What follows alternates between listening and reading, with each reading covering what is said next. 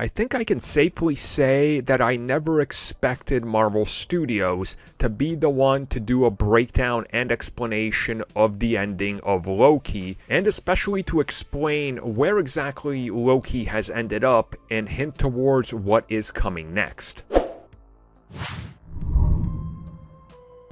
So over on Marvel.com, there is an interview with the production designer of Loki, who was asked about the final scene and where exactly Loki ends up. Now, of course, if you guys watched it, the final scene of Loki before the credits hit, he ends up finding Agent B-15 or Hunter B-15 and Mobius.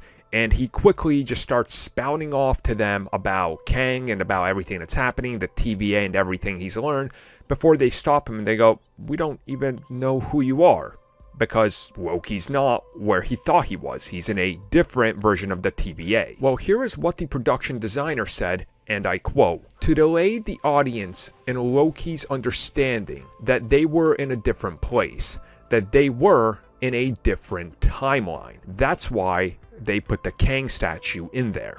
So yes, they just confirmed that when we see Loki look over the edge and not see one of the timekeepers, instead he sees Kang, this confirms to us that when Sylvie kicked him back after Kang was killed by her, she sent him back not knowing where he was going to land. But the future and the timeline had already changed, because Kang always has a contingency plan and he's always looking out for himself.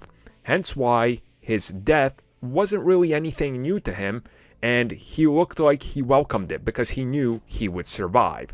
So when Loki looks over and sees Kang on there, yes, he's back in the TVA. Yes, the TVA is something that exists out of time, but time doesn't matter now because multiple Kangs, as it has been stated, all discovered the same place and were coming up with the same ideas. Just one of them won out. So wherever Loki is, whatever timeline he ends up in, Kang has officially ruled the entire time and been the one controlling the TVA. And when we look at the old timeline, that effectively is something that we don't know if it exists anymore or not, or where it is, or what's happening with those specific characters and how they're all going to intersect down the road.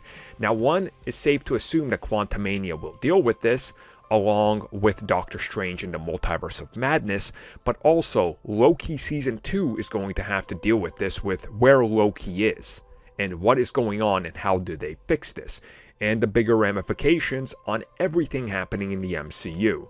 So them explaining this doesn't actually explain anything, they just simplified it and added more mystery and intrigue to the ending of the season.